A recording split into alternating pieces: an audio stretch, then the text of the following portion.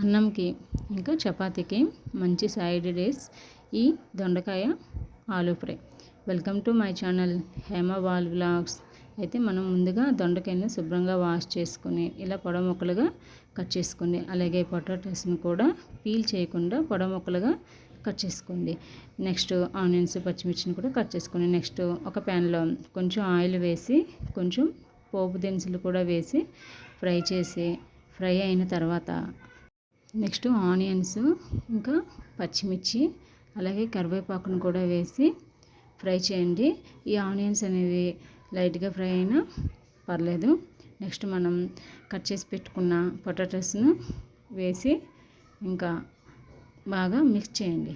Mix చేసిన తర్వాత అలాగే దొండకాయలను కూడా కట్ చేసి పెట్టుకున్నాం కూడా అలాగే దొండకాయ ముక్కలను కూడా వేసి కొంచెం ఉప్పు ఇంకా పసుపు వేసి బాగా మిక్స్ చేయండి.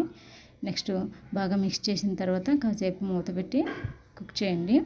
కాసేపు కుక్ అయిన తర్వాత మరలా మూత తీసి చూస్తే ఇంకా కుక్ అవ్వలేదు. మళ్ళీ కాసేపు పెట్టి కుక్ చేయండి. కుక్ చేసిన తర్వాత నెక్స్ట్ మనం కొంచెం కారంను ఇంకా కొంచెం ధనియాల పౌడర్ను వేసి బాగా మిక్స్ చేసి చివరిలో కొంచెం మెంతి పొడిని వేసి మిక్స్ చేసి సర్వ్ చేసుకోండి.